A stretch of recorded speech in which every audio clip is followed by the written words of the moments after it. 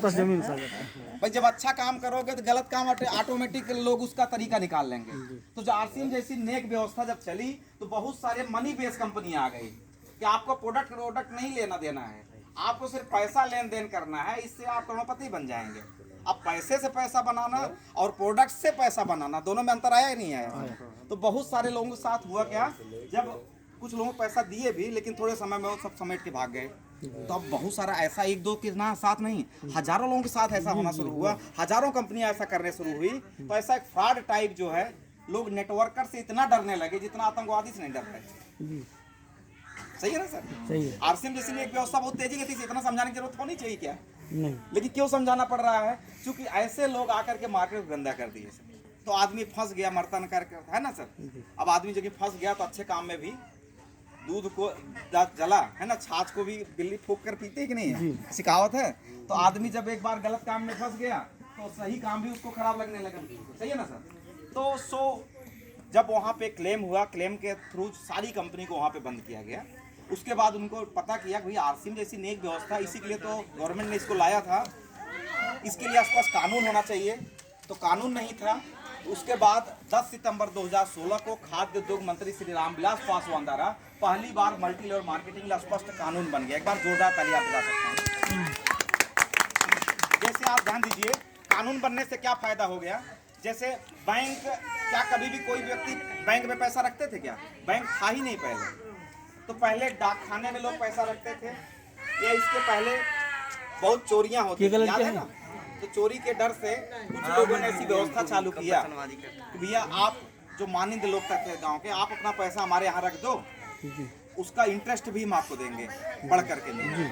तो कुछ लोगों को अच्छा लगा, रखने लगे, चोरी से बचत होने लगी। इस व्यवस्था को गवर्नमेंट ने सर्च किया, अगर गवर्नमेंट इसको रीड करे और इसके लिए कोई गवर्नर बना दे तो मेरे ख्याल से सबका भला होगा। तो उसके बाद जो है आरबीआई का गठन हुआ, पहली बार बैंक का गठन हुआ।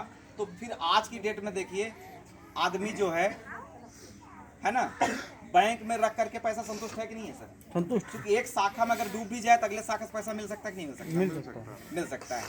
उसी प्रकार इंश्योरेंस कोई नहीं करता था, जब उसको गवर्न करने के लिए, है ना, इंश्योरेंस को गवर्न करने के लिए, है ना, IRDA का गठन हुआ, इंश्योरेंस रेगुलेटरी डेवलपमेंट अथॉरिटी। तो हर व्यक्ति इंश्योरेंस धीरे धीरे करना शुरू किया। अभी इस प्रकार मार्केटिंग की कोई व्यवस्था नहीं थी।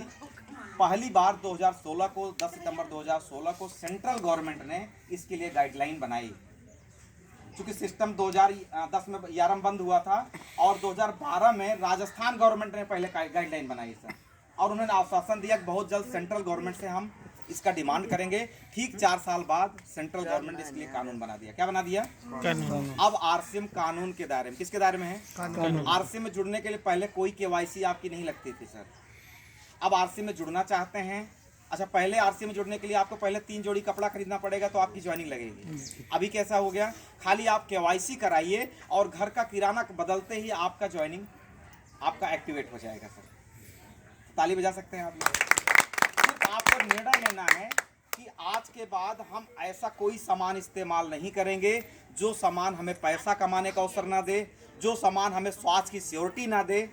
हम ऐसा कोई सामान इस्तेमाल नहीं करेंगे। जो सामान हमें पक्का बिल नहीं देगा, हम ऐसा सामान इस्तेमाल नहीं करेंगे। बस यही संकल्प आप कर लो सर, तो हम अपने सिर्फ अपने परिवार को नहीं, हम अपने समाज को नहीं, हम अपने देश को ही नहीं, बल्कि हम एक बहुत बड़ी ख्याति बना सकते हैं। क्या आप लोग इस मिशन में साथ देने के लिए तैयार हैं? यस। तैयार हैं? बस इतना सा काम करना है। हम कोई आपसे चंदा या डोनेशन लेने के लिए नहीं आए हैं।